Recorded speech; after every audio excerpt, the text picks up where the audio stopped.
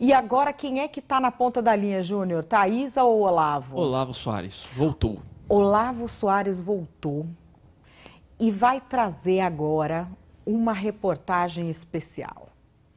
Você já ouviu hoje o dia inteiro, você que é assinante da Gazeta do Povo já leu, este homem que foi tido como modelo para o empresariado brasileiro, foi condenado a 30 anos de prisão. Mas de onde surgiu Eike Batista? Nós vamos saber agora. Olavo Soares. Boa tarde, Madeleine. Boa tarde, pessoal. Pois é, como você contou, foi preso aquele, ou melhor dizendo, foi condenado a 30 anos de prisão, aquele que um dia foi chamado de orgulho nacional por Dilma Rousseff, de filho adotivo do Rio e peça-chave no renascimento do Rio pelo então prefeito da capital fluminense, o Eduardo Paes, e pelo apresentador Luciano Huck. Ele foi chamado de alguém que, se tivéssemos mais deles por aí, o Brasil seria um lugar melhor. Eu estou falando, claro, do Eike Batista. Né? Essa condenação de hoje, determinada pelos crimes de corrupção ativa e lavagem de dinheiro, foi motivada porque, segundo a acusação apresentada pelo Ministério Público, o Eike pagou uma propina de 16 milhões de reais para o ex-governador do Rio de Janeiro, o Sérgio Cabral. Ele pagou essa propina para ter mais acesso a obras, a projetos do poder público do estado do Rio. Essa é a primeira vez que o Eike recebe uma condenação formal, embora ele já tenha passado um período na prisão no ano passado. A condenação do Eike é uma espécie de desfecho ou de golpe de misericórdia a alguém que a gente viu o império desabar de uma maneira agressivamente rápida de 2013 para cá. Nesse período, o Eike saiu de sétimo homem mais rico do mundo para um presidiário falido. Vamos recordar então a trajetória do Eike, entender o que aconteceu, que explica esse momento que ele vive atualmente. O Eike é filho do Eliezer Batista, o engenheiro que morreu no mês passado e foi presidente da Vale do Rio Doce por 2 mandatos. Ele também foi ministro durante o governo de João Goulart nos anos 60. A Vale do Rio Doce, durante a gestão do Eliezer Batista, viveu um crescimento muito grande, muito expressivo, tanto que por isso o Eliezer é celebrado como um grande gestor pelo que ele fez nessa empresa que era estatal, melhor dizendo, na época que ele comandava. Ter um pai rico e um pai influente, melhor dizendo, certamente foi útil para o Eike Batista, abriu portas para ele, mas não dá que o Eike não tenha tido méritos para enriquecer, para se tornar um dos homens mais ricos do país. Tudo começou quando, nos anos 80, o Brasil descobriu as minas de ouro em Serra Pelada, no Pará, algo que despertou uma grande euforia no país. O Eike, naquela época, ele identificou uma oportunidade de negócios naquela cidade, no interior do Pará. Ele pegou um empréstimo de 500 mil, ele comprou uma mina e começou a comercializar minério. Então, os negócios foram crescendo e ele não parou de investir. Ele decidiu, então, nessa época, com tanto sucesso que a mineradora dele foi obtendo, não apenas extrair minério, mas investir, mas empreender, ter em mãos, melhor dizendo, todas as etapas dessa cadeia do minério, como, por exemplo, as máquinas que extraem o minério, a logística de transporte do minério, portos, e até mesmo os próprios portos que escoam o minério exportado para outros lugares do mundo. Nesse contexto, o Eike acabou criando o que ficou conhecido como Império X, né? Uma série de empresas, todas com X no nome, que era a grande marca registrada do Eike Batista. Esse foi o auge da vida do Eike. Isso aconteceu em 2012. Ele foi nomeado pela revista Forbes a 7ª pessoa mais rica do mundo, como eu já falei. Ele dizia naquela ocasião que ele seria o primeiro lugar nessa lista por volta de 2015 e 2016. Ele era bajulado por políticos e por celebridades de diversos tipos. E ele foi um grande ícone daquela época em que a gente achava que o Brasil ia dar certo, na virada da década passada para o atual. Eu posso listar uma série de eventos que, de um jeito ou de outro, tiveram a participação do Eike, como a Olimpíada do Rio de Janeiro, as UPPs, as Unidades de Polícia Pacificadora, o sucesso do UFC, o esporte de luta que bombou no Brasil também naquela virada de década, e até mesmo o Neymar, o jogador de futebol que hoje está na Copa. Tudo isso tem o dedinho do Eike Batista de um jeito ou de outro. Vamos ver como então o presidente Dilma Rousseff se referia ao Eike Batista em abril de 2012. Vou dirigir um cumprimento muito especial ao Eike Batista, presidente da IBX. O Eike é o nosso padrão, a nossa expectativa e, sobretudo, o orgulho do Brasil quando se trata de um empresário do setor privado.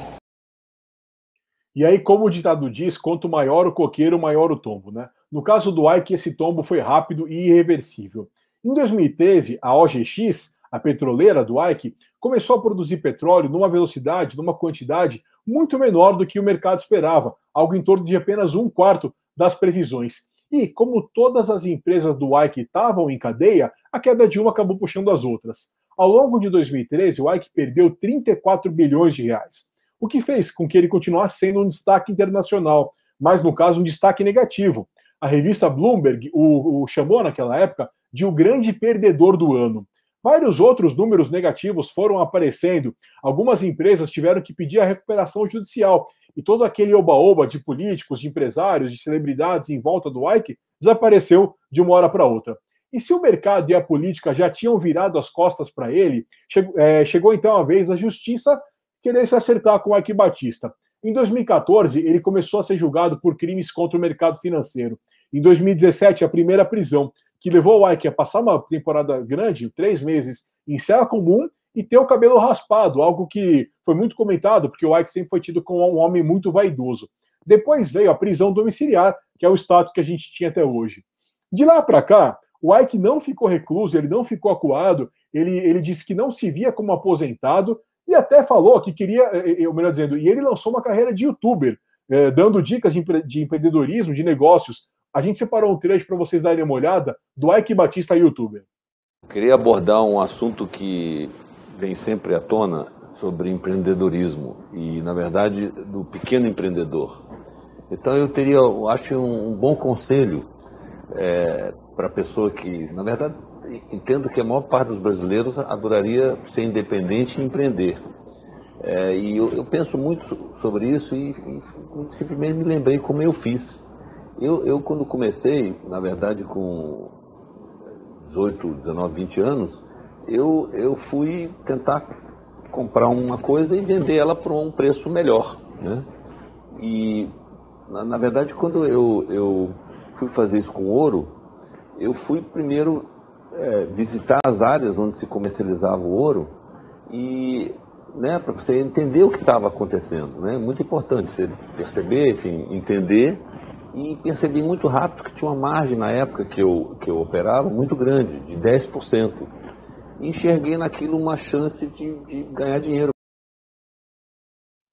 O Ike também disse nesse período que ele não se via como aposentado e chegou até a dizer que queria entrar para a política. Chegou a falar que considerava a possibilidade de se candidatar em 2018 ao Senado. E com essa condenação de hoje, né, Madeleine, vai ficar muito difícil esse plano dele ser posto em prática. Bom, e tem também a forma bem curiosa como Ike Batista virou um nome nacional. Vamos dizer, um nome que passou a ficar na boca do brasileiro. Ele era um empresário muito conhecido no meio empresarial, menos pelos negócios dele e mais pelo sucesso do pai dele. Até que, num carnaval lá atrás, aconteceu isso, senhores. Quem não lembra? Olha lá. Luma de Oliveira me sai fantasiada com esta coleira com o nome de Ike Batista, que era o marido dela. E aí, como é que era a história? Que ela começou a namorar com ele e ele estava noivo de outra. Era uma história, Brasil, era uma história esculhambada. Era uma história esculhambada, que ela começou a contar para tudo que era revista de fofoca. E foi dessa forma que o nome dele se tornou conhecido fora do público empresarial.